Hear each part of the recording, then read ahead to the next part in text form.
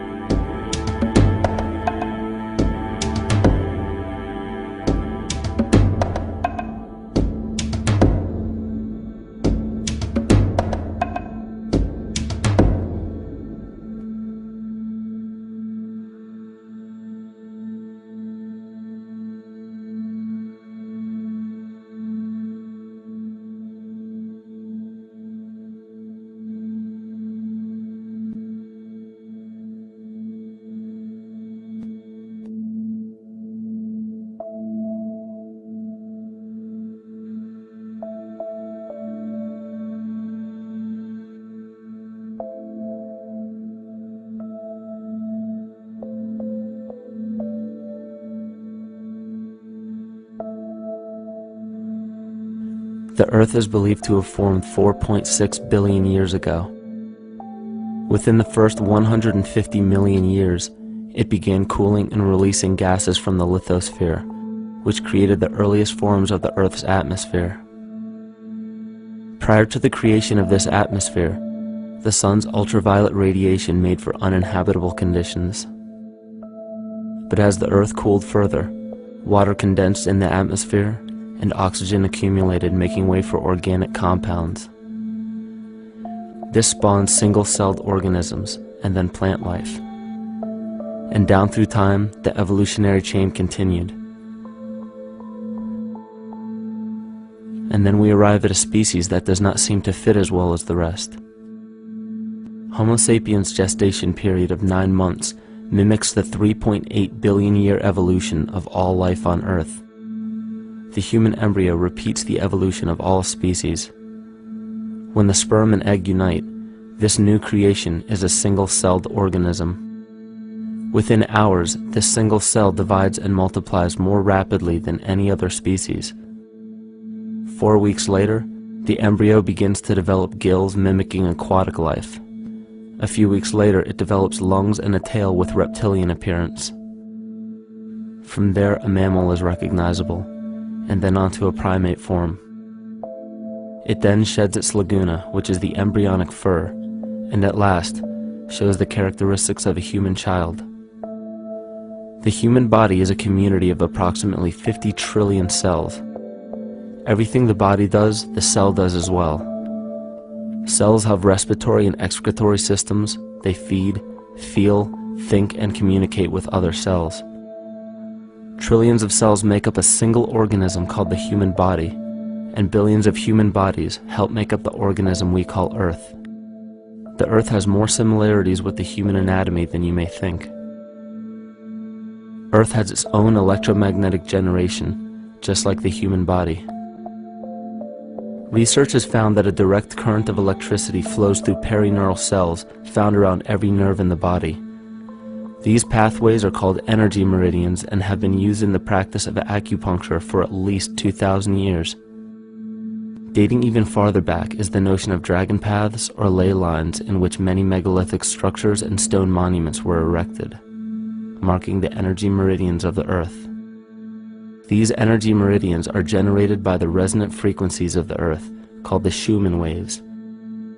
Each planetary body has its own resonant frequencies and is determined by the circumference and diameter as well as the speed of orbit and rotation. The Earth's resonant frequency starts at 7.83 Hz and ends with the 7th harmonic at 43.2 Hz, correlating with the 7 chakras. Ultimately, the greatest discovery of our Earth is its consciousness. A visible attribute of consciousness is an energetic field that governs the shaping of organisms. Morphogenesis is a scientific term to explain this very shaping of tissues, organs, and entire organisms. Consciousness is the creative force of the entire universe. It has been given many names such as God, Yahweh, Krishna, nature, the field, and divinity. The entire universe is in fact a single living, conscious organism with complete awareness of itself. The reason why it may seem difficult to comprehend this is because our understanding is typically limited by our language. When we hear the term conscious organism, we tend to anthropomorphize its definition. By giving it human qualities, we mistakenly look past what an organism truly is in the first place. The definition of an organism is any living thing capable of response to stimuli, reproduction, growth and development, and maintenance of homeostasis as a stable whole. Our universe does all of these things. The consciousness of our universe is responsible for the form and purpose that all matter assumes. The Earth's resonant frequencies are a result of its form. These frequencies are responsible for biological rhythms, such as menstrual and circadian cycles, as well as behavioral and emotional patterns. The frequencies are then picked up by the flora and fauna, which are biological instruments that respond to the wave patterns. The wave patterns resonate in the cranial structure of our head and converge in the center of our brain, which is where we find the pineal gland.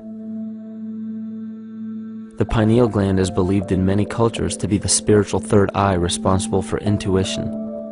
Descartes called it the seat of the soul where mind and body meet.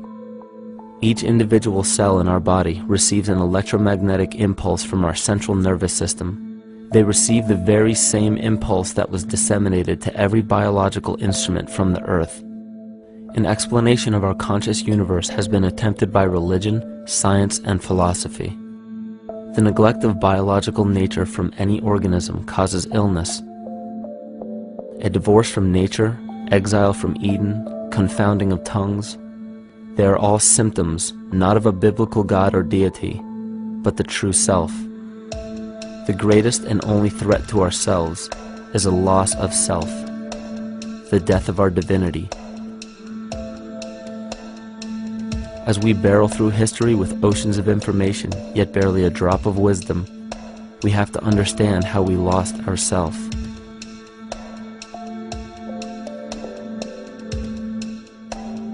In sacred texts and ancient scriptures left by our ancestors, we find an incredible link between stories of creation, a great flood, the war of the gods, the Messiah dying for the sins of man, end-time prophecies, and similar characters. These correlations show up in myths from cultures that supposedly had no contact with one another due to distance in geography and time. The common thread we find that connects all of mythology has its roots in the stars. One of the most revealing accounts is the battle of the gods in heaven and the ensuing flood. In the Bible, Lucifer rivaled the Lord and was defeated and cast down to earth. In the creation myth of the Enuma Elish, we find a similar story of Tiamat being defeated by Marduk and cast down to the abyss of Apsu. And chaos, Tiamat, the mother of them both, Apsu and Tiamat's waters were mingled together, meaning that the chaotic waters of Tiamat were somehow mixed with the sweet waters of Apsu. Apsu was the Sumero-Akkadian god of the abyss beneath the earth. Tiamat, also known as Lucifer, was known as a serpent or dragon and was defeated by Marduk. Marduk was the father of Nebo or Mercury, and Mercury is the same mythological character as the Zoroastrian Mithra, the Egyptian Hermes Anubis, and the Gnostic Hermes Christos. The most recent version of Mercury, however, is the Archangel Michael in the Bible, who defeated Lucifer and sent him to the abyss of the earth, or hell. This story is steeped in astrological significance in the Bible and in many other ancient scriptures. This leads to an event in history that is recorded by many researchers regarding the cosmic upheaval and historic deluge. William Commonus Beaumont states, "The flood immortalizes the collision of a fallen planet, later termed Satan, actually a cometary body with our Earth." Consider what this reveals. He postulates that a planet, later termed Satan, fell to the earth, creating the flood we see recorded in the Bible and other myths. Lucifer, or Tiamat, was a planet known to ancient cultures as the Glistening One, the dragon of chaotic salt waters. The light from the sun illuminated this planet's water, which gave it a glow that rivaled the sun's own light, which is where we hear about Lucifer rivaling the Lord. The Lord in this case being the sun, which sustains and gives warmth to the earth. The planet Tiamat, or Lucifer, was destroyed by a cataclysmic event that hurled the watery planet to the abyss of the earth. In the book of Enoch, it reveals, "And behold, a star fell from heaven, and when it fell to earth, I saw how the earth was swallowed up in a great abyss." The myth of the Ute Indians states, "The sun was shivered into 1,000 fragments, which fell to earth, causing a general conflagration. Then Tawats fled before the destruction he had wrought. And as he fled, the burning earth consumed his feet, legs, body, hands, and arms, until at last, swollen with heat, the eyes of the god burst and tears gushed forth in a flood which spread over the earth, extinguishing the fire." This myth resembles the translation of the Enuma Elish by Stephanie Daly in her book Myth from Mesopotamia, which explains that Tiamat's eyes became the source of the Tigris and Euphrates rivers. As written in the book of Revelations, "And there was a war in heaven. Michael and his angels fought against the dragon, and the dragon and his angels fought back. The great dragon was hurled down, that ancient serpent called the devil, or Satan, who leads the whole world astray. He was hurled to the earth." The Roman mythology of Ovid gives the story of Phaeton, which happens to be another name given to the watery planet Lucifer, or Tiamat. This story reveals that Phaeton was a child of the sun and wished to become the sun for a day. Phaeton attempted this feat, and eventually Jove, who is also known as Marduk, destroyed Phaeton, sending him crashing to the earth in flames and put out by a tremendous flood of water from a river unseen before. The common theme we notice here is that of a saltwater planet, the great dragon, Lucifer, Tiamat, or Phaeton, was defeated and fell to the earth, and now dwells in the abyss known as hell, giving us the outline of the story of Lucifer rising up against the Lord and being defeated and banished to rule the underworld. As we know, however, an outline is but a shell of a story. The inner meaning, the spirit of the myth, comes with a deeper understanding of the essence of each planet, not just the physical planet, but the conscious core, because we know now that the proportions and velocity of a planet gives them their own characteristic frequencies, which govern biological and behavioral patterns. These planets reflect the archetypal psychology of man. In ancient times, probably the most important field of research was the study of the heavens. Galactic bodies and their movement through the sky were known to be symbolic of the inner faculties within human consciousness. Within all organisms, outdated science has only explained the physical world measured by our five senses. Only in esoteric religions, mysticism, and quantum fields of science are we to find any attempt at explaining where thoughts and emotions fit into the sense-perceptible world. We also understand now that humanity is a community of cells within the organism of the Earth. The Earth, therefore, is a higher organism that shapes our form and function. This higher organism and all other planetary bodies are governed by consciousness, just as we individual humans are. Therefore, the Newtonian belief that galactic bodies are nothing more than lifeless forms floating in space is tantamount to claiming that we humans are nothing more than a composite of elements in motion. We know that this is untrue because we feel, we think, and furthermore we see the result of our consciousness creating what we call life. Plato wrote, "This world is indeed a living being, endowed with a soul and intelligence, a single visible living entity containing all other living entities, which by their nature are all related." Furthermore, the cosmos is a single living creature which contains all living creatures within it. And in an article out of the Sufi journal, the author writes, "The world is a living spiritual being." This was understood by the ancient philosophers and the alchemists who referred to the spiritual essence of the world as the anima mundi, the soul of the world. In scriptures, we hear of the claim that angels guide the inner soulful actions of people, or that the gods wield influence over man. Most ancient spiritual and scientific teachings held the belief that the hierarchies of the gods, angels, archangels, archai, all the way down to the cherubim and the seraphim, are the hierarchies within the human psyche. In this way, we must understand that when the whole of ancient myths and sacred scriptures speak of spiritual influence from a higher being, they were speaking of archetypal forces that are inherent within us, not an influence from an external source. This is where we begin to see the relevance of astrology as an ancient form of science that resurfaced in the 19th and 20th centuries under the name of psychology. Friedrich Nietzsche even stated, "As long as you still experience the stars as something above you, you still lack a viewpoint of knowledge." This is astropsychology and maps the inner faculties of the psyche. In pre-Christian times, there were schools known today as the mystery schools or the mystery religions. The messages encoded in the scriptures and ancient archaeology came from adepts of spiritual science. The intent was to teach the initiates the deeper meaning of these myths. What became later termed as Lucifer, Satan, or the devil was representative of the ego which rivals the Lord, the representative of the self. The true self is the epicenter of a person's entire being. It is the total sum of everything that we are. The false ego, on the other hand, is the idea and concept we create about ourselves in the course of our lives, which typically excludes any qualities we don't wish to accept about ourselves. However, humanity has been endowed with the freedom to choose either to obey the true self or to give in to the temptation of the vanity and materialism of the false ego. This is the most notable trait that separates man from animal. Our freedom of choice.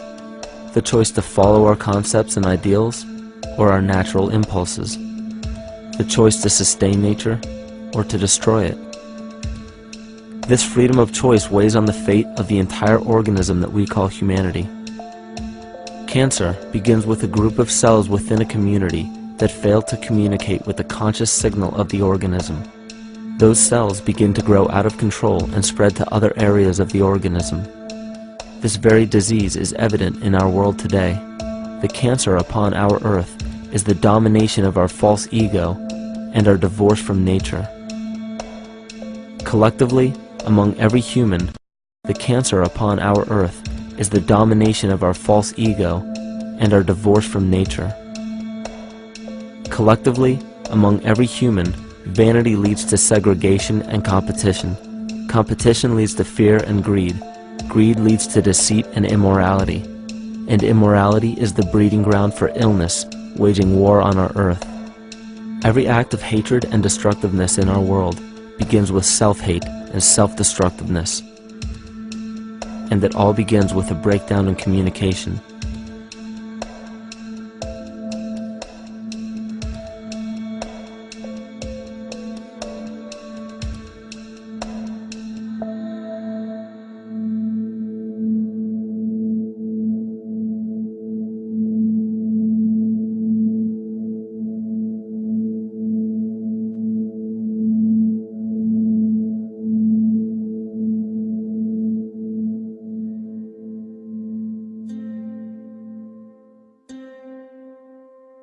In nature, all that we perceive with our five senses is a result of two fundamental principles. Everything in existence is made of a relationship between vibration and matter. Vibration is a masculine creative force countered by matter, which is a feminine receptive force. Thus begins the principle of duality. We see this duality in ancient myths and philosophies, yet only those philosophies and scriptures that were perverted and raped of the original meaning gave the impression that one polarity was good while the other was evil. The original sages, adepts, and shamans taught that both are necessary, and one would not exist without the other. These two important principles come together to form all things in the universe. This is Kymatica. Even language, logos, the communication of any and all things in nature, depends upon this principle. Pete Peterson, in his works Cymatics, the Science of the Future, stated that nature shows examples of Kymatica in everything. This phenomena is found to be one of the prime forces that moves biological evolution along its path. Dan Winter reproduced an experiment to prove that the ancient languages of Hebrew and Sanskrit, when spoken, create a vibratory frequency that moved matter into sacred geometrical patterns. Upon further investigation, Hebrew, Sanskrit, Aramaic, Arabic, and other elder dialects have older roots in a parent language of Gaelic and quite possibly an even earlier origin. In Swami Murugesu's The Science of Mantra, he claimed that when a person chanted specific words in Sanskrit while filming a burning candle, the intensity as well as the color of the flame would change due to the frequency that the word would emit. This same science has been shown to lower and raise blood pressure. And in his own words, certain sounds can affect their circulation and nervous system. Whatever change such vibrations cause extends to the mind of a person and also to the surrounding atmosphere, causing warmth or coolness. All this can be known by study and shown by practice.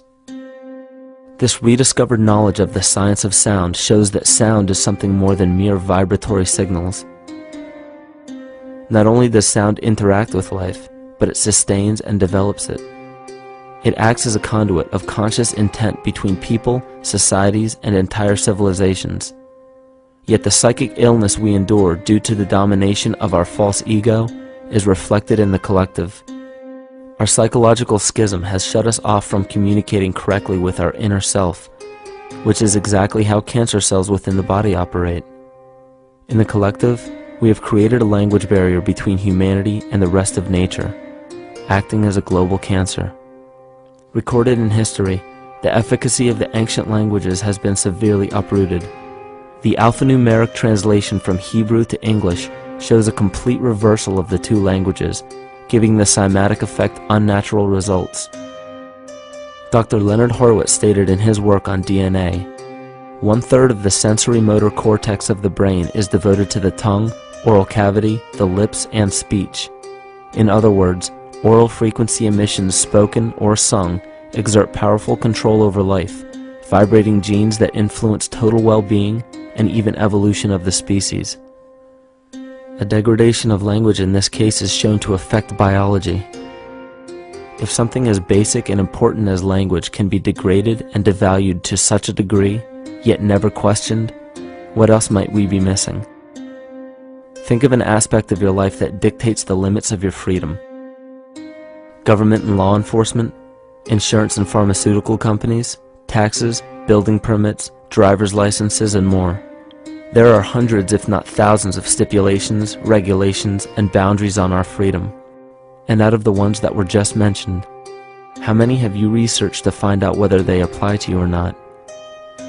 Let's look at the forms of law that we currently acquiesce to.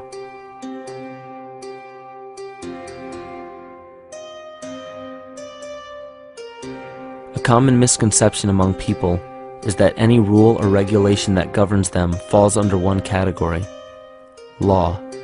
But there are many other forms of law that people abide by without realizing that they simply do not apply to them. Another misconception is that a nation's constitution gives us our rights. A constitution does nothing more than list the rights that we already have. We are born with inalienable rights, endowed to us by our Creator. They are not given to us, and they cannot be given away. The most a person can do with a right is choose whether to exercise it or not. Maritime Admiralty law is what's known as the law of the water.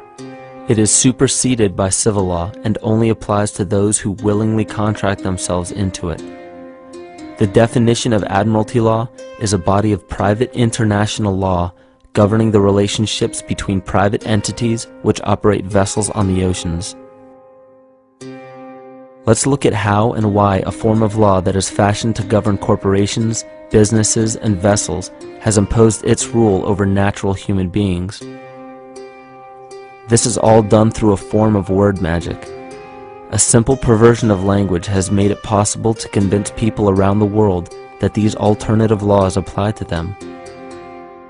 One of the predominant beliefs in modern culture is that licenses, permits, registrations, and other forms of documentation are required to operate motor vehicles, use public roads, build structures and establishments, engage in free enterprise, and much more. Sadly, these beliefs are based on little to no investigation whatsoever, and are false.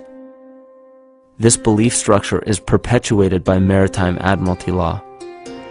This form of law was originally created to govern ships docking in foreign nations for the import or export of products and resources. It deals with banking and merchant affairs, not civil affairs. When a product is taken off of a ship and brought into a foreign land, that nation takes custody of the resource and accounts for it with a certificate. That certificate marks the birth date of that product in the custody of the respective nation. Think of why it is supposedly required to have a certificate of live birth in the first place. The Barron's Dictionary of Banking Terms defines a certificate as a paper establishing an ownership claim. So right there, we notice that everyone with a birth certificate is defined as being owned. People are used as collateral with other nations because the U.S. is bankrupt. The United States declared bankruptcy on March 9th of 1933. At this point, the U.S. began taking out loans from a private, non-government affiliated corporation called the Federal Reserve. With no money to pay back the loans, the United States began using the citizens as collateral. All birth and marriage certificates are literally warehouse receipts. Just look at the similarities of warehouse receipts and birth certificates. Both document the date of issue, a serial number, registration number or receipt number, a description of the product, and an authorized informant to notify the appropriate government agency. With all of this information being readily available, the majority of people are unaware of their involvement with Maritime Admiralty law. This is possible through the manipulation of language. This Admiralty law changed the meaning of the word person from a natural living person to a corporation. Driver's licenses, vehicle registrations, auto insurance forms, building permits, gun permits, work permits, tax filing documents, birth and death certificates, traffic citations, and many other forms of documentation that were once believed to be absolutely necessary only apply to persons or corporations. Upon signing such a legal document, you are indirectly waiving your rights under the Constitution and lowering your status to that of a corporation that is created with the same exact name as you. The only way to reconcile your true name from the name of the corporation is to take notice that the corporation has its name in all capital letters. This is known as capitis diminutia maxima. You may take notice that your driver's license, birth certificate, social security card, insurance cards, and more use all capital letters to legally represent the corporation with your name, not you. The corporation is known as an artificial person, whereas you, the human being, are known as a natural person. This deception goes even deeper when it comes to the courts that we attend. When showing up to court, you will notice that there are seats for witnesses behind a wooden fence or barrier. The defendant must cross through the entrance to the other side of the barrier where the plaintiff and judge sit. This act symbolizes the boarding of a ship. At this time, business can be conducted in Maritime Admiralty law. The judge, acting as captain or banker, is responsible for settling the balance between the two sides. This is why there is always a monetary value involved in any court case. The captain is simply dealing with banking and merchant disputes. Once the balance is paid, the case is closed. To turn the court case away from admiralty law where your rights are not protected, you must avoid agreeing to represent the artificial person. This is done by stating that you are the natural person. You don't have a first or last name because those imply corporate title. In a court case, you may state that the court takes judicial notice of your honor's oath of office. Every judge must take an oath of office to practice law, yet you must make it clear to the court and the jury that the judge is acting as judge and not banker. Remember that you are a natural human being of the earth. You are not governed by anything but your own consciousness. Laws are created within a society. The society that created the laws we see being enforced today is called the Law Society. Yet the most beautiful part of this entire deception is the fact that we are not part of the Law Society, so their laws do not apply to us. Judges, lawyers, and law enforcement officers, they're all part of a society. Within that society, they've created their own language that's deceptively similar to English. They have these little things called statutes, acts, and regulations that seem like laws, but they really only apply to those within their society. So that basically means all the traffic violations, minimum age requirements, and everything except for damage to another person or their property doesn't really apply to the natural person. Laws only apply to those within the Law Society. The game being played is an illusion. You can simply choose to open your eyes and reclaim the freedom that you were born with, bound by nothing but the limits of your imagination. These are just a few examples of assuring that your rights are being protected. By far, the most important line of defense against this deception is to be aware of the perversion of language, and be absolutely aware of how you form your beliefs and concepts.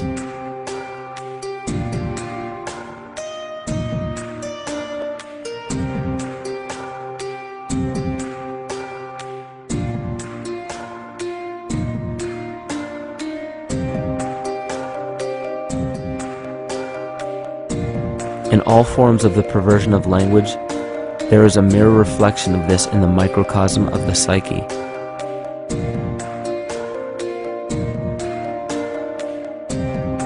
And the problem I see with humanity today is we don't truly know ourselves anymore. We have the 9-to-5 job, we have the house, the children, the bills, the television, the hobbies, and the errands that we run every single day, and we eventually begin to believe that this is who we are.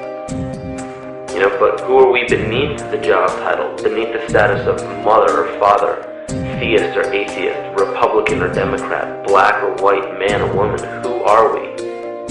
Who are we deep down inside? We don't know, because every time we hear an answer that we don't want to accept about ourselves, we deny it. We'll pass it off and project it onto somebody else and judge them for it. This is repression. And we see what repression can do to us on an individual level, but what about on a collective level of humanity? What happens when the whole world refuses to see what they truly are on the inside?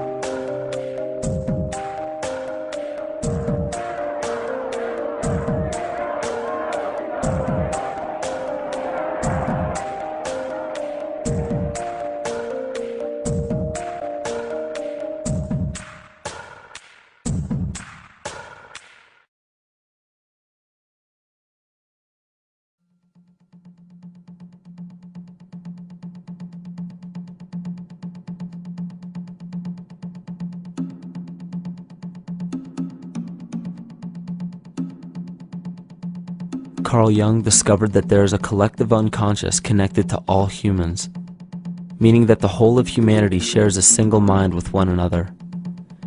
This is evident in the world through accounts of shared mythology and symbols, the study of morphic fields, and with the science of kinesiology.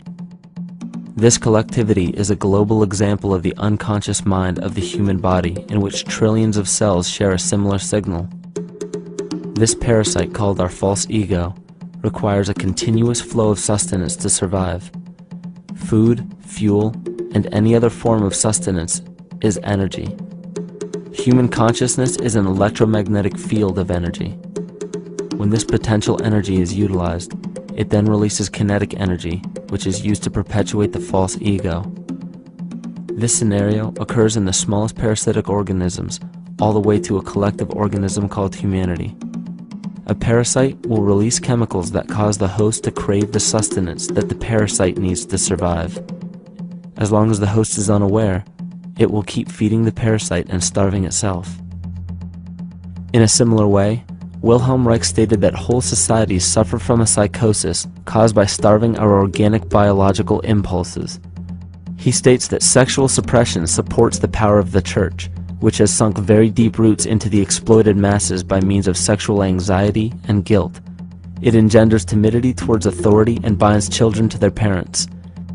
This results in adult subservience to state authority and to capitalistic exploitation. It paralyzes the intellectual critical powers of the oppressed masses because it consumes the greater part of biological energy. Finally, it paralyzes the resolute development of creative forces and renders impossible the achievement of all aspirations for human freedom. In this way, the prevailing economic system, in which single individuals can easily rule entire masses, becomes rooted in the psychic structures of the oppressed themselves. What Reich was showing in this powerful quote is that on a collective level, the suppression of a natural function, whether biological, spiritual, or emotional, will result in an abnormal reaction, a psychic disease. This illness or disease is reflected into the masses through a collective unconscious and acts as an epidemic. Humanity is plagued with an incapacity for freedom, meaning that people en masse lack the ability to govern themselves on a psychic level, and this manifests in the macrocosm as government and organized religious powers, thus opening the throne, our national and individual throne, to anyone and anything.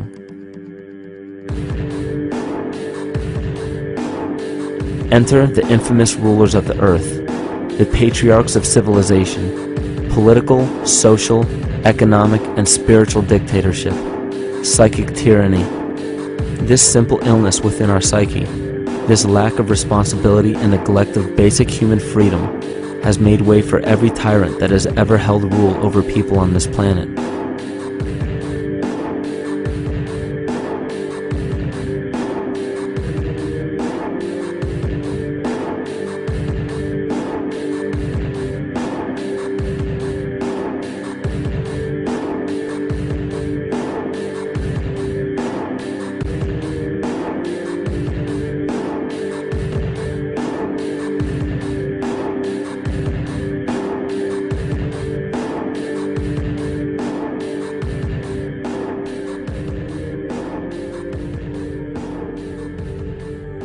But these oppressive tyrants that are demonized by the masses are no different than us.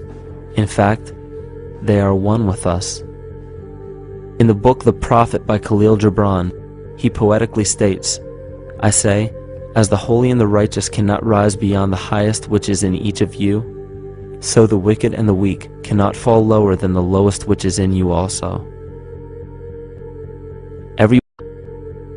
Every one of us has the capability to commit the most horrifying sin or show the most beautiful compassion to our fellow man. This is the very definition of an illness within the psyche and soul of man.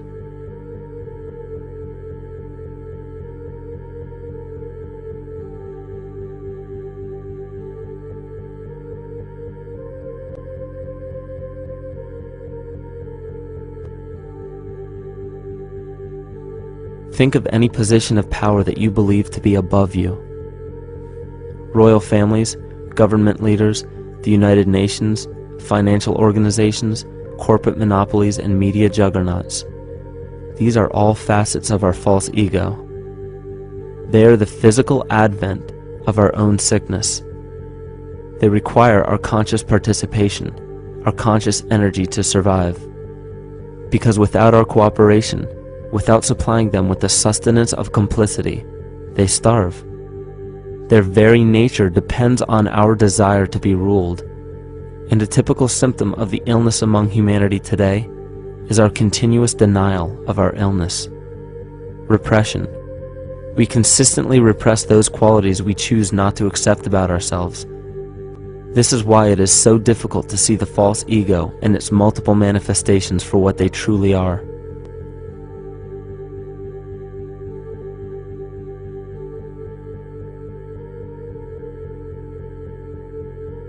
This is the very nature of the false ego.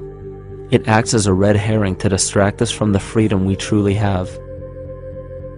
For this psychic parasite to survive, it must supply us with a chemical that will cause us to remain dependent upon it. In this case, the sustenance is our conscious energy. And in order for us to feed it to the parasite, the chemical of fear causes humanity to crave protection and defense.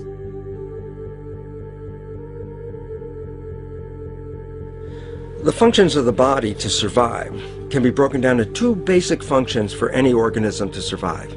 You have to be able to grow, maintain yourself, take care of your biology, but you also must be able to protect yourself, so that if you're just growing and you can't protect yourself, you'll become food for something else. So the survival involves a balance between growth and protection. Through the history of human civilization and through human evolution, we recognize that our nature is to be in a state of growth, and that our protection is only supposed to be used to, help us out of that threatening moment. You can't be in growth and in protection at the same time. So the significance is, when we see a need of protection, the stress hormones in the body shut off the blood vessels in our viscera or gut, which is the part of the body for growth. Well, the issue is, if you took the blood from the viscera and moved it out to the arms, then you left no blood in the viscera. That means no growth. But you're ready to fight. And when your fighting is finished, then the blood returns back to the viscera and you grow again. But in the world that we live in today, it's 24/7 fear.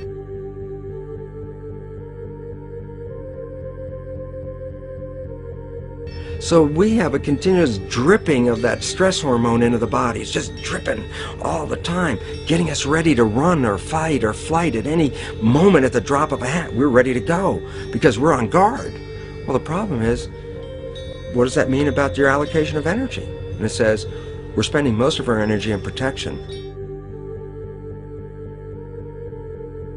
You cannot survive if you're in protection all the time.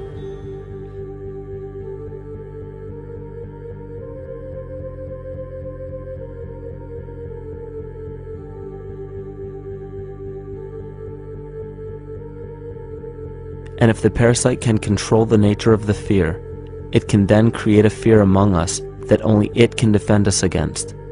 A recent physical manifestation of this comes from Zbigniew Brzezinski, former Secretary of State who also supported President Barack Obama. In his book, The Grand Chessboard, he states, as America becomes an increasingly multicultural society, it may find it more difficult to fashion a consensus of foreign policy issues, except in the circumstance of a truly massive and widely perceived direct external threat.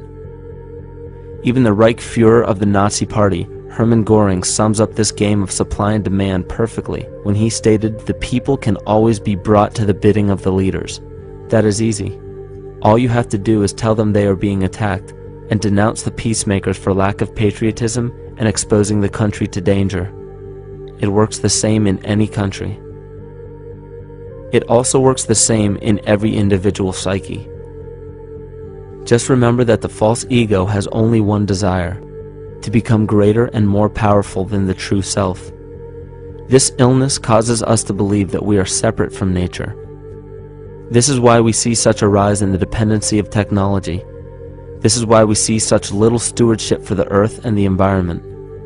And this is why we see bigotry, racism, sexism, and every other form of discrimination possible that leads to crime, violence, wars, and eventually, the global destruction of the organism. This endless state of fear, confusion, and segregation our world seems to live in is a symptom of the false ego creating a false threat.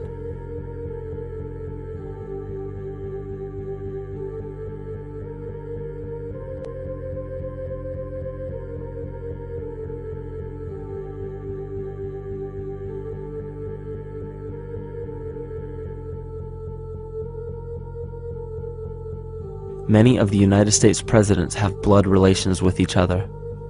The Bush lineage has blood ties to a great number of former presidents.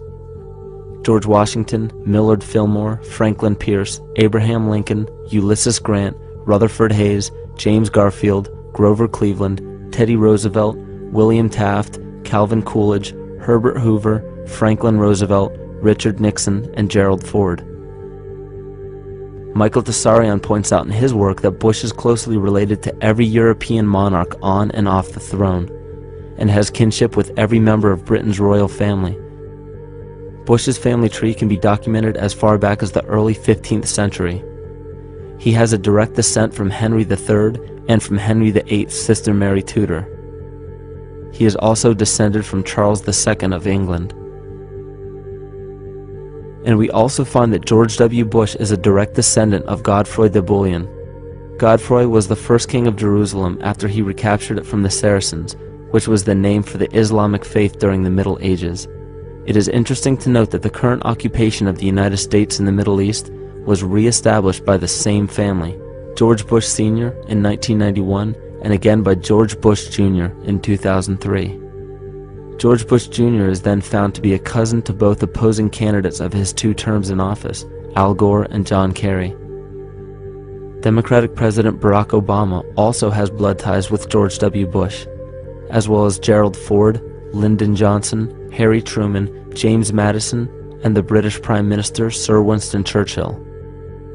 On the opposing side of the 2008 presidential ballot, John McCain is descended from Robert the Bruce, King William I of Scotland, and also Godfrey de Bouillon. Probably one of the most interesting facets of the bloodline relations is the fact that the whole British royal family has descent from the Muslim prophet Muhammad through the Arab kings of Seville. This bloodline was passed through the kings of Portugal, Castile, and eventually down to King Edward IV. And this is a very, very different story from what you hear the media pumping out every day, being this idea of lineal superiority. It's completely debunked according to the foremost authority of aristocratic lineage, Burke's peerage. And this just goes to show that there's the true story, and then there's the manufactured illusion, the front that's given to the public.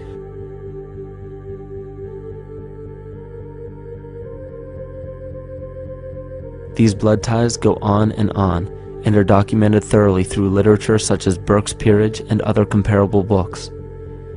The point of all of this is that we find not just the same people, but the same intent within the people who have held high positions of monarchy, dynasty, aristocracy, and democracy in the past and present, and they are all related by a physical and symbolic link.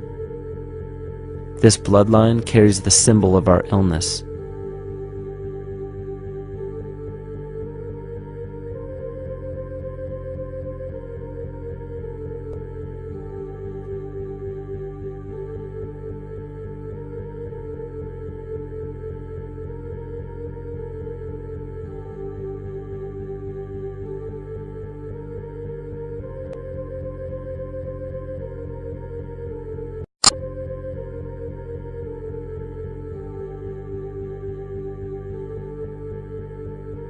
The symptoms of our psycho-spiritual illness are the wars, terrorist attacks, artificial or man-made disasters, and leader figures.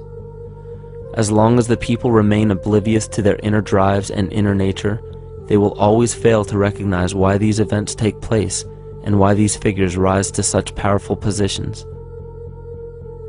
The reason why we have failed for thousands of years to conquer these archetypal rulers permanently is because for thousands of years we have been fighting the symptoms of an illness and not the root cause. For every corrupt government that falls at the hands of a revolutionary, oppressed people, 2 more will rise in its place every time, because the root cause of a corrupt government does not exist in the individual leading that government.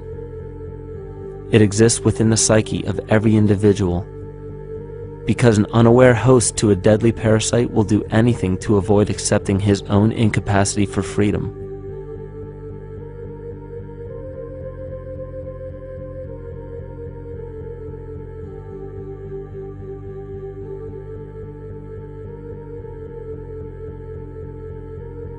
We are so bereft of sanity in this world that those few who simply stop projecting onto others and begin facing their own demons are seen as neurotic.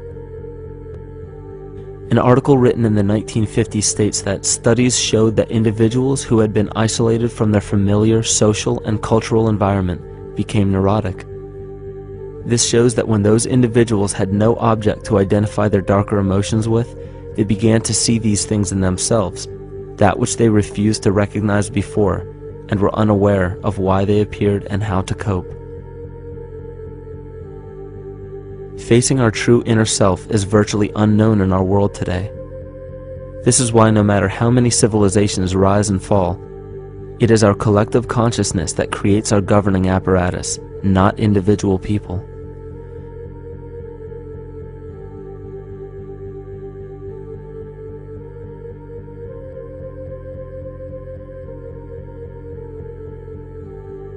And after countless attempts, you would imagine that people would realize that a physical retaliation may not be the solution.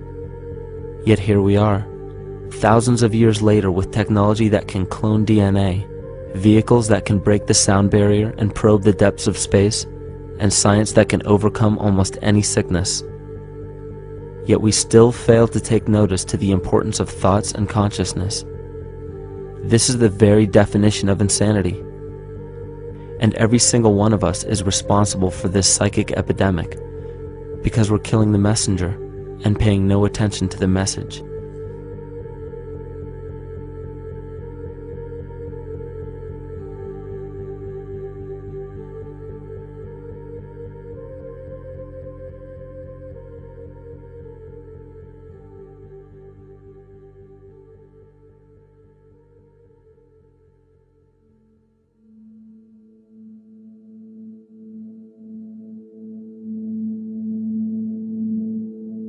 During the 1990s, 3 Nobel laureates in medicine advanced research that revealed the primary function of DNA lies not in protein synthesis as widely believed for the past century, but in electromagnetic energy reception and transmission. Less than 3% of DNA's function involves protein manufacture. More than 90% functions in the realm of bioacoustic and bioelectric signaling. So why is it important to know that DNA functions in bioelectric signaling? HeartMath Institute has discovered the heart and brain maintain a continuous two-way dialogue, each influencing the other's functioning. Although it is not well known, the heart sends far more information to the brain than the brain sends to the heart, and the signals the heart sends to the brain can influence perception, emotional processing, and higher cognitive functions. The heart also generates the strongest rhythmic electromagnetic field in the body, and this actually can be measured in the brainwaves of people around us. We are quite literally an electromagnetic expression of our highest cognitive function. The behavior of electromagnetism is evident throughout the world as dualism. All matter contains a negative and positive charge, which means organisms are built upon this foundation. The natural homeostasis of any organism is a balance of both polarities. Furthermore, research on emotional energetics shows that the heart's field is a carrier of emotional information and a mediator of bioelectromagnetic communication within and outside the body. Research shows our heart's field changes distinctly as we experience different emotions. It is registered in people's brains around us and apparently is capable of affecting cells, water, and DNA studied in vitro. Fear. The chemical supplied by a collective parasite creates a distinct bioelectric signal given off by the host. This signal is disseminated to the organisms within our community and will grow outward through the entire organism unless it is counterbalanced by an opposing force. Dr. Fritz Alan Popp discovered that the cells in our body communicate through biophotons, which are tiny particles of light that are single units of an electromagnetic field. This communication system within our body also exists between people in what's known as morphic resonance. This was known by the shamans, sages, and adepts of antiquity. These teachings were commonplace in prehistoric cultures. It wasn't by sheer chance that artistic expression and rituals were the cornerstone of every ancient civilization. Art was used as a personal method to exercise the shadow content of the psyche and introduce it to the conscious mind. This was very literally viewed as psychic therapy. Ritual was based around astrological dates. As we've learned, the study of the stars and planets reflect our own astropsychology. The shamans would perform rituals on astrological dates that would correlate with a circadian rhythm or a psychological cycle. These rituals kept the human participants aware of their inner self and prevented the repression of psychological content. As long as people were facing their inner demons and accepting them as their own, they were not collectively projecting them into the physical world. If you bring forth what is within you, what you bring forth will save you. If you do not bring forth what is within you, what you do not bring forth will destroy you. The progeny of our psychological disease began growing rapidly after a series of catastrophes forced the collective into a somatic state of fight or flight. This lowered the immunity of the population by introducing a state of immense stress.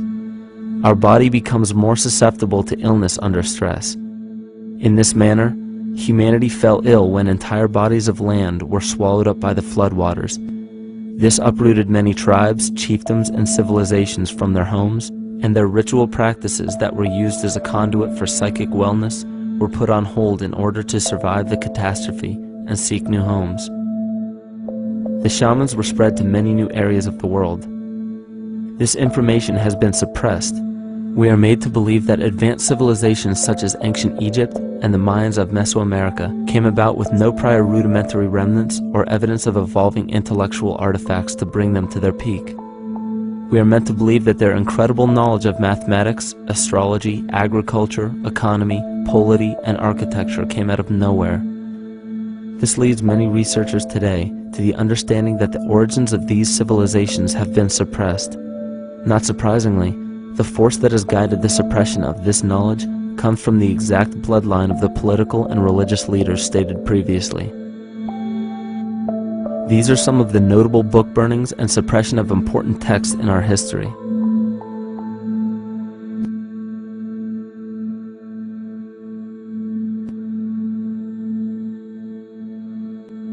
Yet after all of this suppression, there are still remnants of the dispersion of elder civilizations in nearly every country. There is tremendous evidence of ancient cultures visiting North America long before the conventional belief of European colonization. Barry Fell states in his book America BC, there are ancient inscriptions now being reported from nearly all parts of the United States, Canada, and Latin America, written in various European and Mediterranean languages in alphabets that date from 2,500 years ago. William Commonus Beaumont wrote, "The Toltec and Maya civilizations never originated on American soil, but appeared there full-blown, with a well-defined art and system of hieroglyphic writing which possesses affinities with Egyptian. It is found that there are thousands of prehistoric sites across New England and several other northern states showing inscriptions, carvings, and mounds created by Druidic mariners as far back as 800 BC. To suppress this information further, it was not only imperative for the bloodline to burn the documented texts containing true historical information, but to wipe out the cultures that derived from these ancient shamans. The most devastating genocide ever endured was and still is the annihilation of shamanic tribes. We've lost our traditional roots and don't know about ritual. The dragon dances and the ghost dances of the Native American Indians, what do you think that was all about? All the shamans of the world, when they do their rituals, they're doing that. Their work, harmonically through dances, is to strengthen the immune system of the earth. But they've been all murdered. So that was why in the 17th century, exactly the same period I'm talking about, there was an all-out agenda that when you come across the indigenous people, you annihilate them. Columbus was sent on his expedition along with agents of the crown to disrupt the lives of the natives and seize mineral resources. He visited every island in the Caribbean, depleting the gold and taking as many slaves of the native Taino tribe as possible. 5 million natives were murdered within 3 years, according to Leah Trabeck. Within 15 years, the Arawak tribe of 250,000 was completely wiped out. The population of the United States prior to European contact was greater than 12 million. 4 centuries later, the count was reduced by 95% to 237,000. From 1494 to 1508, over 3 million people had perished from war, slavery, and the mines. Who in future generations will believe this? I myself, writing this as a knowledgeable eyewitness, can hardly believe it. My eyes have seen these acts so foreign to human nature, and now I tremble as I write. Another agent of the false ego bloodline was Hernando Cortez, who decimated the Aztec tribe and plundered their mineral resources. This again was the case through Cortez's second cousin, Francisco Pizarro, who conquered the Incan Empire in Peru. These atrocities are seen throughout Africa, New Zealand, New Guinea, East Timor, and are still seen today in Canada. This was a deliberate attempt to bury any surviving remnants of the ancient world and our true history. It is a naive mistake, however, to categorize and blame everything and everyone involved with politics or religion for this suppression of knowledge. It is only natural for people to crave spiritual understanding when there are so many manufactured missing links and perversions in the spiritual text today. And due to this void of spiritual wisdom, honest and moral people who are simply trying to understand their place in this world become the prime consumer market for those who wish to exploit this vulnerability. To have enough power to run our own lives, basically. If we look at the New Age movement, for instance, which is another kind of trap in all of this, where people might end up actually. They're looking for something so bad that they're taking all these things that are handed to us or to them, but it's not really based on any real understanding. It's still kind of coming from a religious type of perspective. People are genuinely seeking something new. They're genuinely seeking a new type of spirituality, or to better themselves, or to change something, but this is being hijacked, and what they actually do is that they lead you into another type of group mentality or New Age religion, whatever it is, and people still are not able to kind of really break free from that and follow their own journey or their own path, which I think is very important in all of this.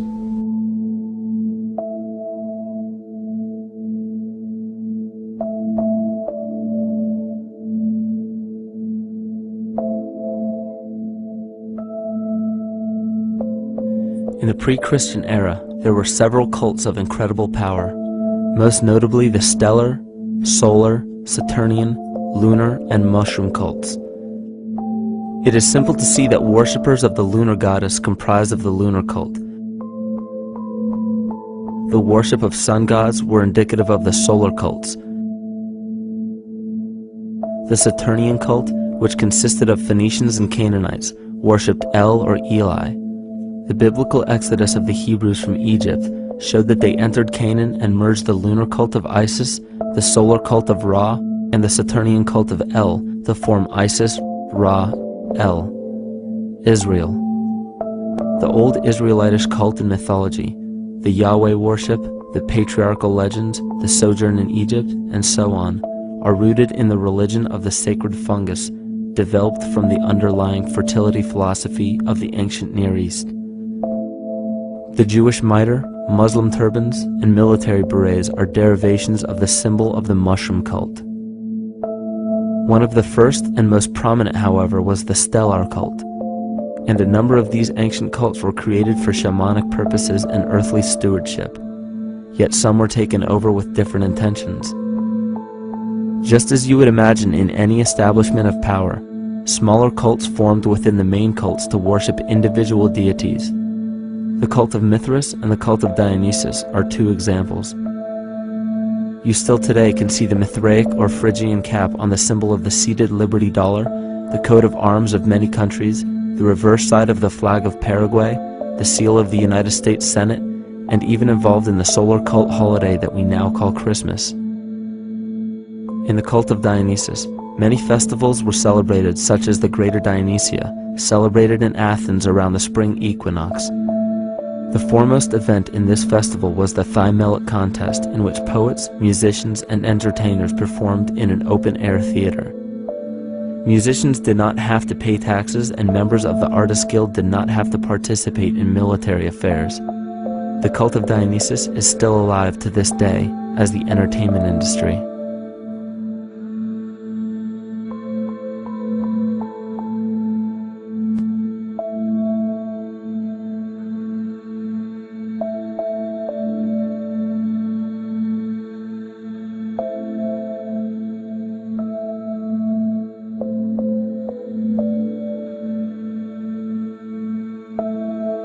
These cults still exist in many important positions of power throughout the entire civilized world. Yet the most important function of these groups is to manufacture the consent and complicity of the people. The conscious mind is the creative mind. It's the one that has your personal identity into it. It does the real thinking. And then there's a subconscious mind. Well, there's no entity in it. The subconscious mind is the equivalent of a tape player. It records behaviors, and then at the push of a button plays a behavior. It's automatic. It's a very convenient thing, because then we don't have to relearn all the time. Once you know it, you can make a pattern. The problem is that the basic patterns of belief and behavior that are programmed in the subconscious mind came from our teachers, primarily our parents, our family, and our community. So most people don't even understand how easily we're influenced by our environment. Every person that we encounter, every single situation that we're faced with, every little word that's said on television may not seem too influential to our conscious minds, but your unconscious is designed specifically to let every environmental signal influence you without your awareness. So the question is, are we leading conscious or unconscious lives? And now neuroscience has told us in the unfolding of our lives, only 5% of our life is controlled by our conscious mind, and 95% of the time controlled by the subconscious with programs from other people that were installed in there. And the problem is, it means when those programs are playing, we don't see them. And the skeptics will sit there and say, consciousness, archetypes, astrology? No. We create things with our hands, not our minds. Archetypes aren't physical. They can't influence me. But when you think of the fact that we're only conscious of this small little fraction of our behavior, what we don't realize is that entire countries, entire civilizations that think they're free and independent, but are unconsciously too afraid to be free and independent, they will beg to be governed. And if they can't do it themselves, who do you think will consciously or unconsciously take that responsibility? It usually ends up being that strong, masculine, animus archetypal figure. When we think we're in danger, we're not looking for our mother to nurture us. We want our father to protect us. And right on cue with the age of fear, this age of catastrophe, the age of this parasite, we see masculine domination. And one of the primary conduits for giving our responsibility and our conscious energy away is money. We surely don't want to admit that our dependency on money is flawed, because that would imply that the fault is our own. And God forbid we take responsibility for our lives, so we blame the money. This is the cornerstone of the entire illusion being built around us by the false ego. Money is said to be the root of all evil, yet it cannot be evil because money is only a symbol. Symbols carry only the faith and spirit of the observer. This means that the symbol of paper money, yet it cannot be evil because money is only a symbol. Symbols carry only the faith and spirit of the observer. This means that the symbol of paper money evokes and surfaces the evil intentions and inherent flaw of our false ego. Money only exists because we agree to accept it as valuable. And to further illustrate our incapacity for freedom, we've given the control of our faith-based money to a private corporation instead of the federal government. There is no law stating that we have to use Federal Reserve notes as currency. We choose to because we fear the alternative: independence.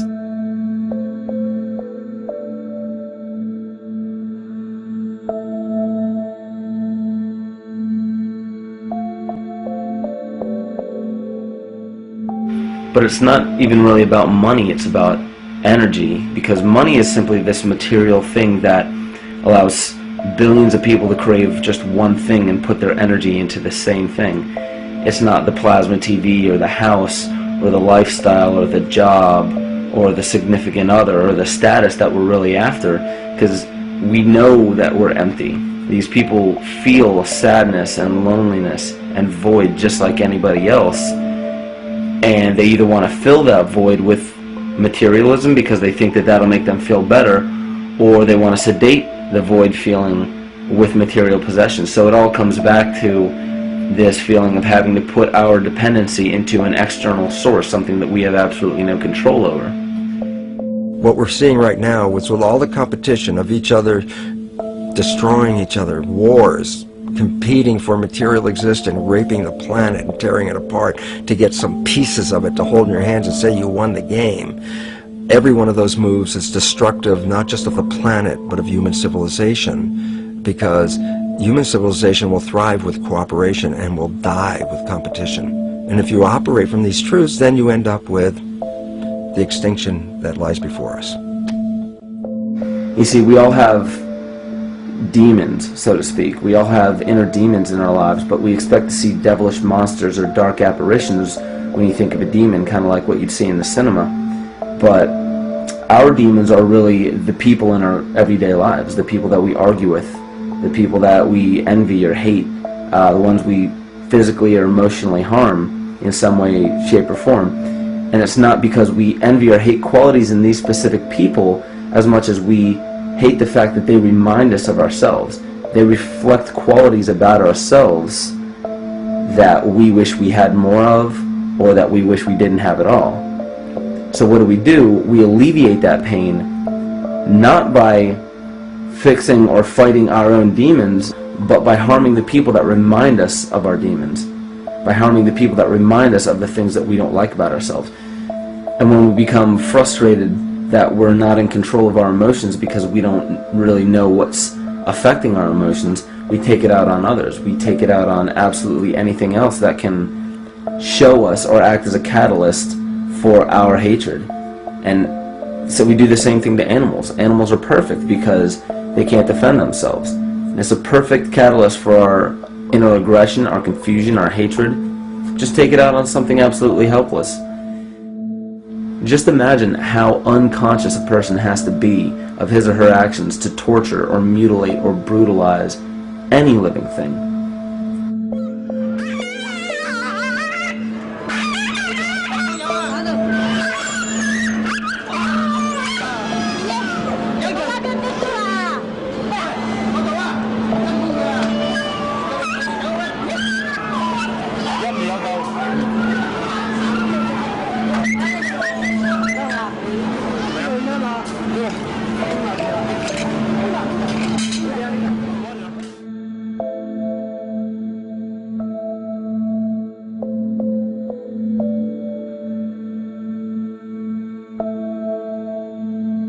It goes down and he'll be here and we can, ouch, come on. Ooh, bit ya. Look at his tail.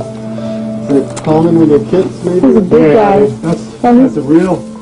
Think of the lack of compassion you must have towards life in general to be able to feel no semblance of sympathy towards entire populations, let alone just individuals or individual animals, entire populations of species that are bred specifically for the purpose of commodity.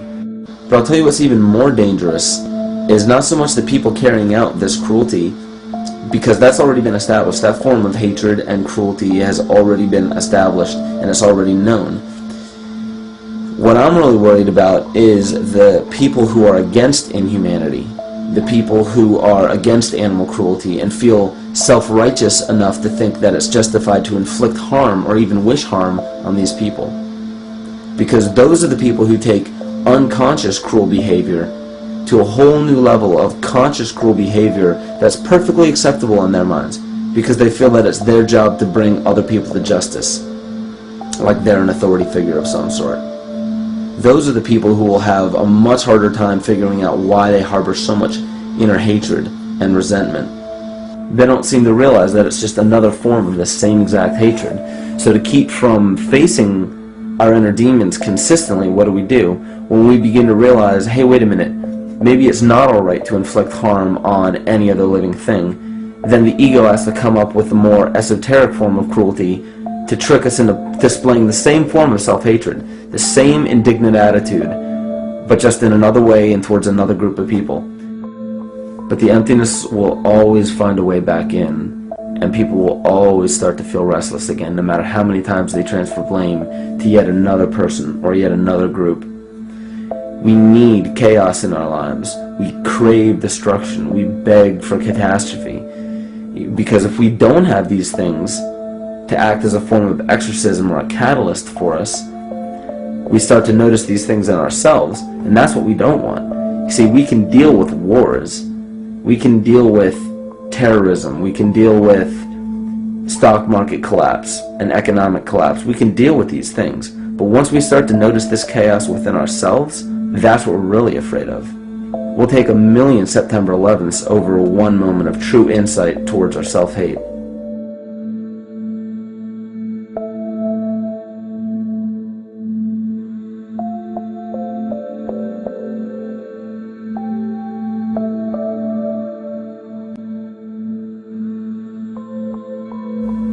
And you know, the most interesting part of all of this is we encounter things every day, every single day, that we either accept with open arms or that we reject violently. The interesting part is not really what we're accepting or rejecting as much as what it is inside us that makes us feel compelled to a certain thing or repelled from a certain thing. There's this fundamental dual behavior of muscular strength or weakness, attraction or repulsion. And what's interesting about this is when you realize that consciousness, awareness, that intangible essence that animates all matter into what we see around us as life, that is where you will find the origin of this dual behavior. It's been explained as the inhalation and exhalation of Brahma, the contraction and the expansion of Ahriman and Lucifer in an anthroposophical setting, the active and the passive qualities in electricity, the masculine and feminine qualities, yin and yang, existence and nothingness. These are all ways to explain the same behavioral process that begins with awareness, it begins with consciousness. And if you get rid of all the images and concepts in our minds of these sayings in your head and just try to feel the difference between the two polarities, you'll begin to notice that all of the different scenarios and possibilities that are playing out in the world all spawn from this common origin. You'll have 1,000,000 people telling you why the Bible is supposedly the Word of God and that you should follow it word for word. And then you'll have another 1,000,000 claiming that it's a form of mind control and not to believe any of it. Everybody will tell you to beware of this or watch out for that. This is good information, this is bad information. And I just have to wonder, what makes anyone an authority figure enough to say that something is true or false? And why are you denying or accepting anything based on the suggestion of another person? Why aren't you making that decision for yourself? Information is information. There's no such thing as good or bad information. It's all what you do with it. I say let everything be your Bible. Give every piece of information, every person, every event or scenario or situation an honest and open mind. Because then it's your responsibility to respond to it in the way that you choose. Not following the herd, not following convention, it's your responsibility. And that's the point when, no matter how many people tell you you're wrong or right, you're not dependent upon their approval. If we at least question our own actions, question our own thought process, and make a conscious decision to what we feel is right every single day, that's what I believe to be divinity. That's true shamanism. And that, to me, is what it really feels like to be alive.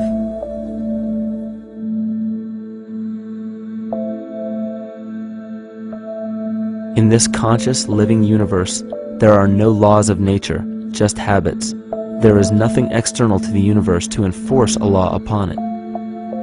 The illusion of a fixed law of nature is only the result of there being no need for that habit to be broken. When habits need to be broken to ensure the survival of the organism, we see this event in nature and call it evolution. The collective mind shapes our evolution. And a great example of this is the experiment done by John Cairns in 1988. His team put lactose-intolerant cells in an environment with only lactose for food. Under a law of nature, every one of these lactose-intolerant cells would have died. But surprisingly, they all survived. Every one of them understood the problem that they were facing and replaced the defective lactase enzyme with a functioning one to utilize lactose for food. If a cell has the ability to decide how and when to evolve because it's facing extinction, then anything can. The existing beliefs are that a human body is a biochemical machine controlled by genes, and therefore the behavior, emotions, and character of our biology, our health, our lives, are controlled by genes which we don't control. So this is what we taught people. You're a victim. Genes control your life. You didn't pick them. You can't change them. The genes you end up with program what's going to happen. My experiments on stem cells, which I started in 1967, I'd isolate one stem cell, put it in a petri dish, and then it would divide every 10 hours. So I took all the cells, split them up into 3 groups, and then just put them in 3 petri dishes. And then I changed the growth medium, the constituents of the environment, in each of the 3 dishes. In one dish, the cells form bone. The second dish, they form muscle. And a third dish, they form fat cells. What controlled the fate of a cell? And the first thing you have to say is, well, wait, they were all genetically identical when they were put in a dish. So obviously the genes didn't control it because they all had the same genes. What was different was the environment. And all of a sudden in my career it said, oh my gosh, here I am teaching genes control life, and the cells are telling me genes respond to life. And since you can control the response, you can control your life. It's how you read the environment, how your mind perceives the environment. And if you understand this, then you could lead yourself to the most wonderful expression on this planet, to be fully alive and fully healthy, just how you respond to the world.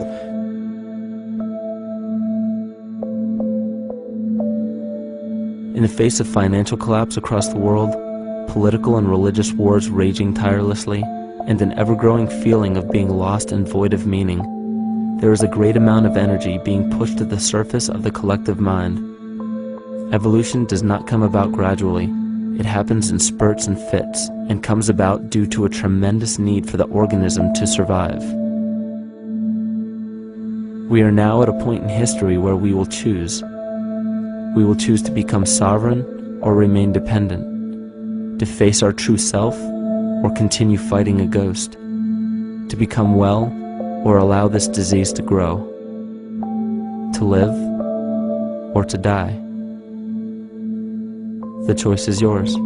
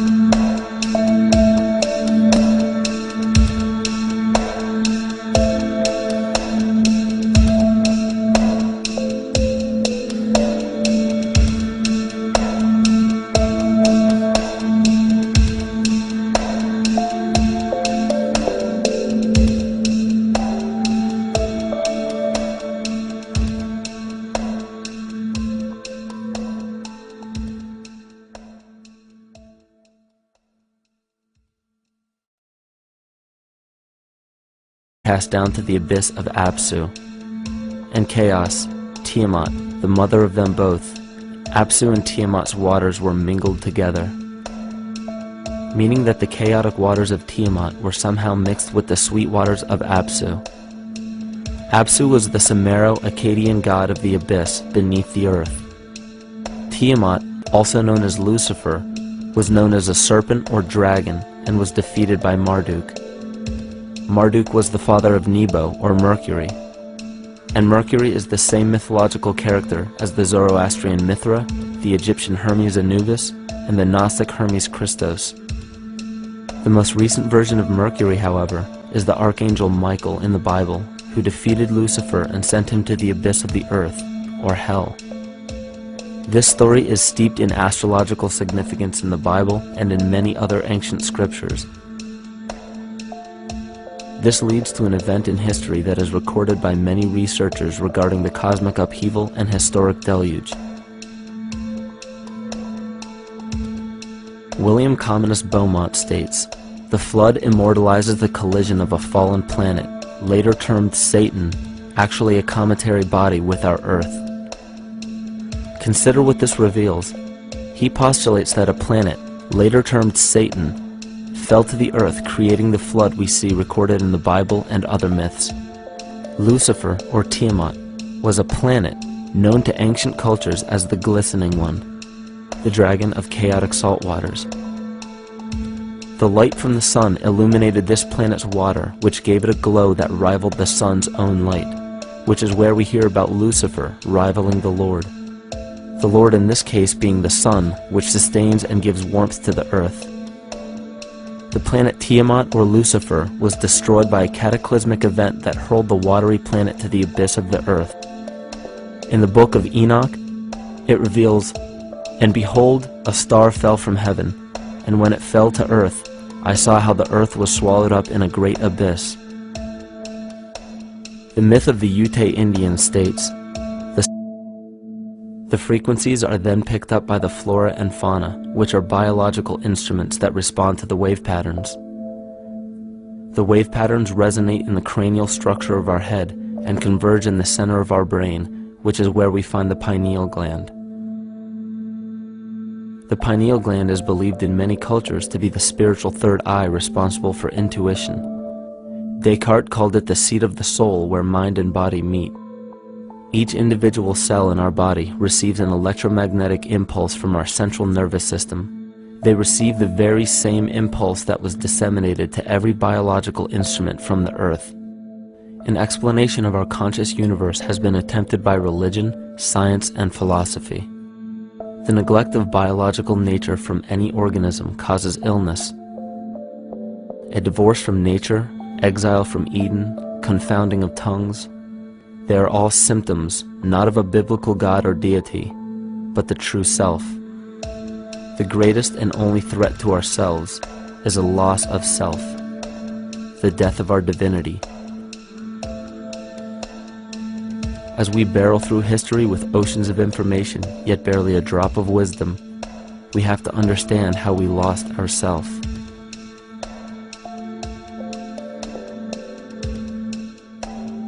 In sacred texts and ancient scriptures left by our ancestors, we find an incredible link between stories of creation, a great flood, the war of the gods, the Messiah dying for the sins of man, end-time prophecies, and similar characters. These correlations show up in myths from cultures that supposedly had no contact with one another due to distance in geography and time. The common thread we find that connects all of mythology has its roots in the stars. One of the most revealing accounts is the battle of the gods in heaven and the ensuing flood. In the Bible, Lucifer rivaled the Lord and was defeated and cast down to earth. In the creation myth of the Enuma Elish, we find a similar story of Tiamat being defeated by Marduk and 4.6 billion years ago. Within the first 150 million years, it began cooling and releasing gases from the lithosphere, which created the earliest forms of the Earth's atmosphere. Prior to the creation of this atmosphere, the sun's ultraviolet radiation made for uninhabitable conditions. But as the Earth cooled further, water condensed in the atmosphere and oxygen accumulated, making way for organic compounds. This spawned single-celled organisms and then plant life.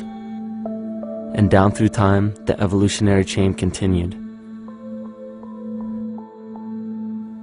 And then we arrive at a species that does not seem to fit as well as the rest. Homo sapiens' gestation period of 9 months mimics the 3.8 billion year evolution of all life on Earth. The human embryo repeats the evolution of all species. When the sperm and egg unite, this new creation is a single-celled organism. Within hours, this single cell divides and multiplies more rapidly than any other species. 4 weeks later, the embryo begins to develop gills mimicking aquatic life. A few weeks later, it develops lungs and a tail with reptilian appearance. From there, a mammal is recognizable, and then onto a primate form. It then sheds its laguna, which is the embryonic fur, and at last shows the characteristics of a human child. The human body is a community of approximately 50 trillion cells. Everything the body does, the cell does as well. Cells have respiratory and excretory systems. They feed, feel, think, and communicate with other cells. Trillions of cells make up a single organism called the human body, and billions of human bodies help make up the organism we call Earth. The Earth has more similarities with the human anatomy than you may think. Earth has its own electromagnetic generation, just like the human body. Research has found that a direct current of electricity flows through perineural cells found around every nerve in the body. These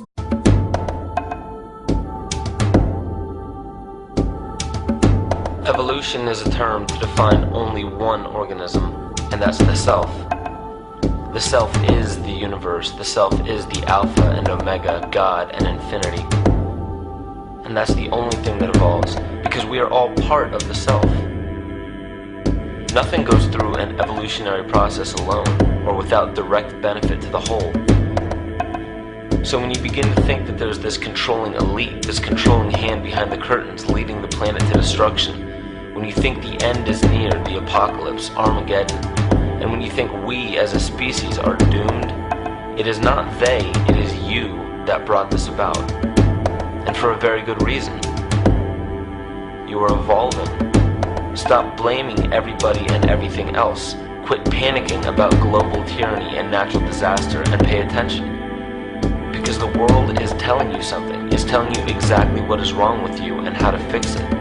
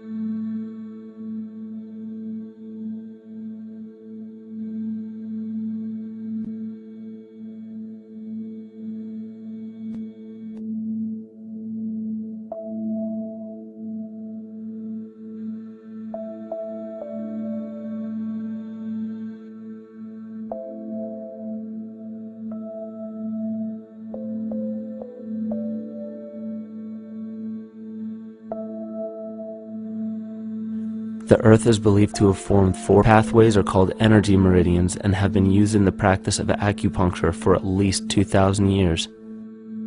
Dating even farther back is the notion of dragon paths or ley lines in which many megalithic structures and stone monuments were erected, marking the energy meridians of the Earth.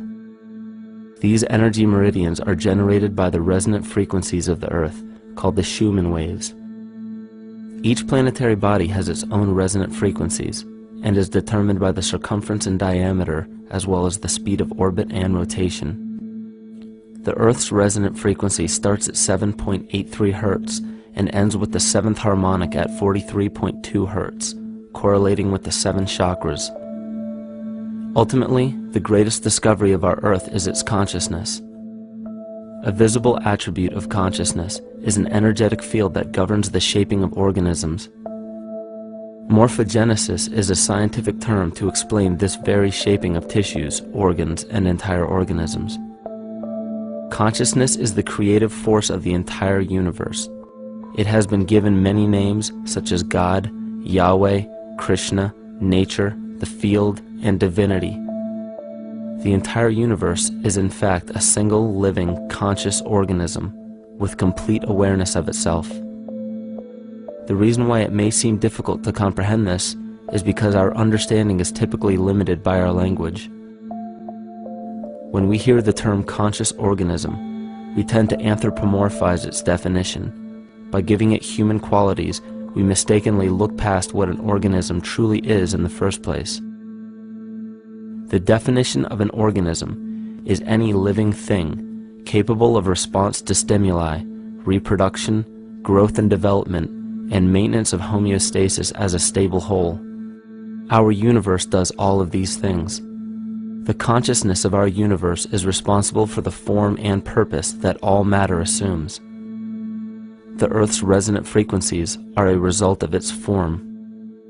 These frequencies are responsible for biological rhythms, such as menstrual and circadian cycles, as well as behavioral and emotional patterns.